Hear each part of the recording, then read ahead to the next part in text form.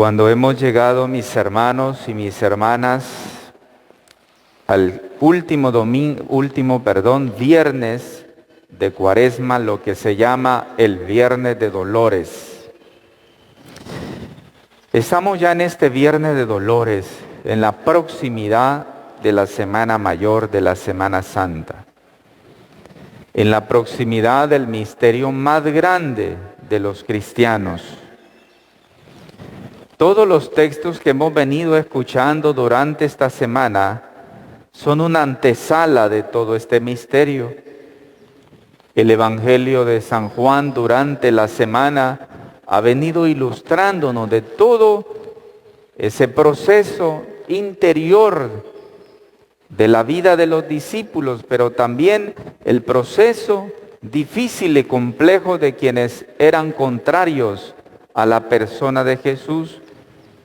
Todo el camino en ascendente hasta poder llegar a condenarlo en la cruz.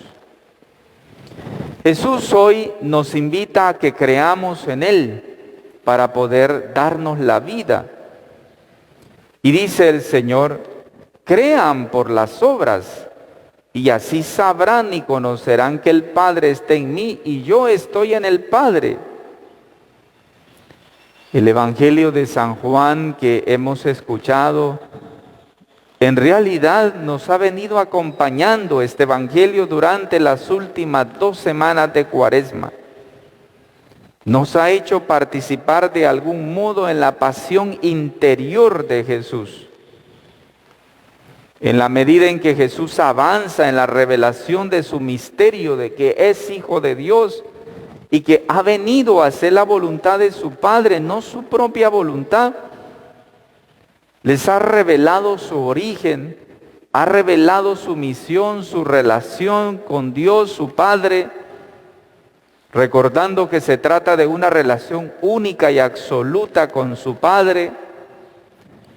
A raíz de eso también ha venido una serie de situaciones difíciles, incomprensiones, oposiciones, rechazo y amenaza a muerte como ahora. Jesús se ha enviado como el Hijo de Dios, pero los judíos lo consideraban blasfemo. En el texto de ahora, mientras los adversarios toman piedra para tirarle, Jesús les dice, muchas obras buenas que vienen del Padre les he mostrado. ¿Por cuál de ellas me quieren apedrear? Ellos responden encarándole la supuesta blasfemia. Tú siendo hombre, te haces a ti mismo Dios. ¿Cuál es la consecuencia de este panorama que el Evangelio hoy nos presenta en este Viernes de Dolores? Primero, Jesús es uno con el Padre. Jesús se defiende de los ataques de los judíos y se defiende de los ataques de los judíos haciendo referencia a la Escritura constantemente. Es verdad, porque la palabra es fuente de vida. La palabra es vida. La palabra de Dios no es muerta, es vida. Y el hombre debe remitirse a la palabra a menudo. No está escrito en su ley, dice Jesús, yo he dicho, dioses son, recordando allí el Salmo 82. Jesús hace referencia a la Escritura a menudo, porque la palabra es vida. Y se nos viene a la mente la expresión de Pedro en su momento, cuando todos quieren abandonarlo en los momentos más complejos de ese ascendente hacia la pasión y hacia la muerte. Algunos quieren dejarlo en el camino. Jesús pregunta, ¿ustedes también quieren dejarme? Y Pedro responde, ¿a dónde, Señor, iremos si solamente tú tienes palabras de vida eterna? La palabra es la vida.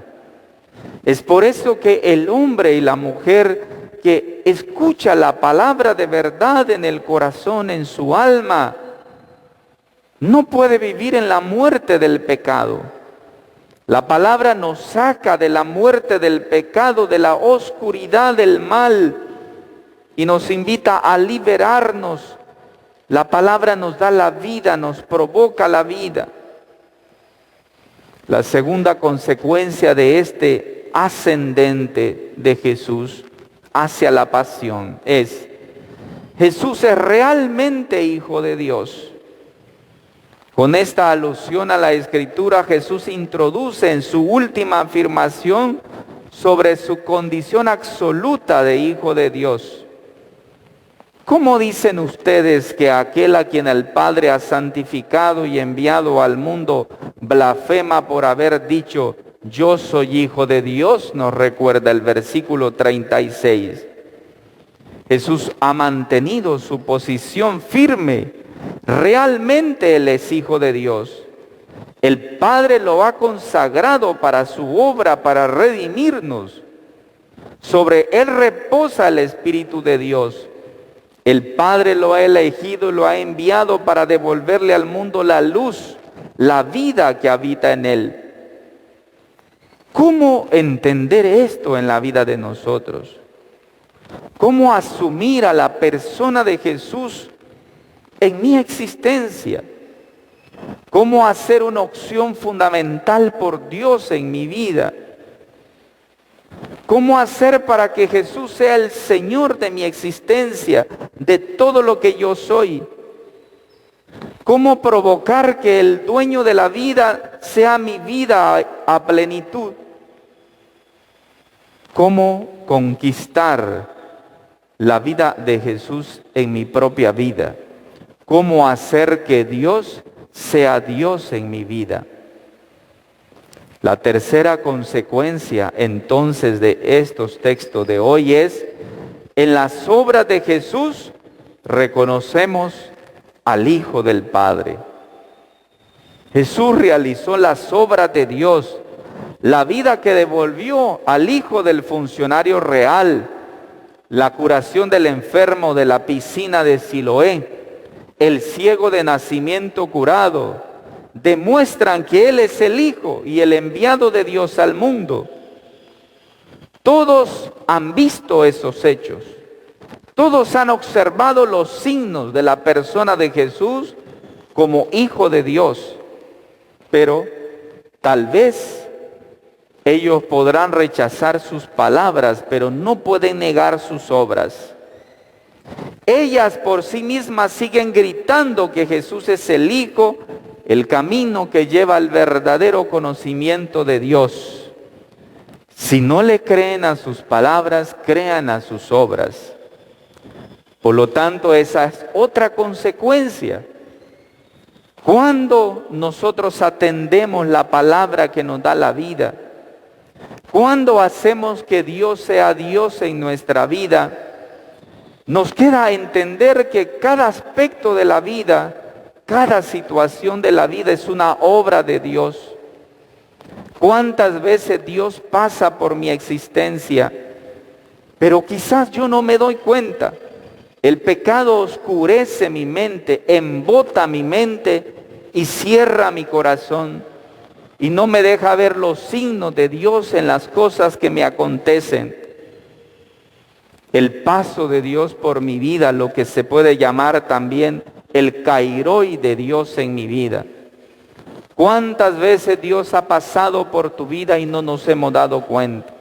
Por mi vida y por tu vida. ¿Cuántas cosas Dios ha hecho y las hemos pasado de largo?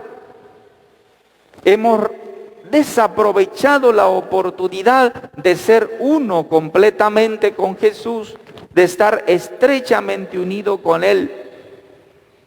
Hemos olvidado las obras que Dios ha realizado en nosotros. La consecuencia entonces de olvidar el kairoi de Dios en la vida mía es siempre garrafal, destructor, porque el que olvida lo que Dios hace en la vida de uno, termina normalmente perdiendo su vida definitivamente. ¿Cómo entonces tener opciones frente a esto? ¿Cómo recuperar la vida? Jesús nos suplica que creamos en Él para darnos la vida. Es hasta súplica confiada de Dios. El versículo 37 y 38 del Evangelio de hoy dice: si no hago las obras de mi Padre, no me crean, pero si las hago, crean por las obras. Jesús está hasta rogando que nosotros creamos en Él. Lo que suplica Jesús en el fondo es la fe en su profunda unidad con el Padre. Solo una mirada de fe puede llevarnos a descubrir en las obras de Jesús su relación con el Padre. Dice Jesús: el Padre está en mí y yo estoy en Él. Toda autorrevelación de Jesús quiere llevarnos a esta certeza de fe. El Padre y Jesús están el uno para el otro. Así entonces, hermanos y hermanas, en el último viernes de Cuaresma, en el viernes de Dolores que ahora estamos, nuestro itinerario cuaresmal está ya casi al final.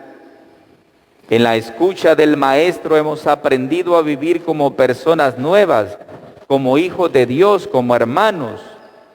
Hemos también de alguna manera durante esta Cuaresma aprendido a contemplar a Jesús, que la fuerza de Dios y el poder de su Espíritu es mucho más fuerte incluso que todas las dificultades, las persecuciones y sufrimientos.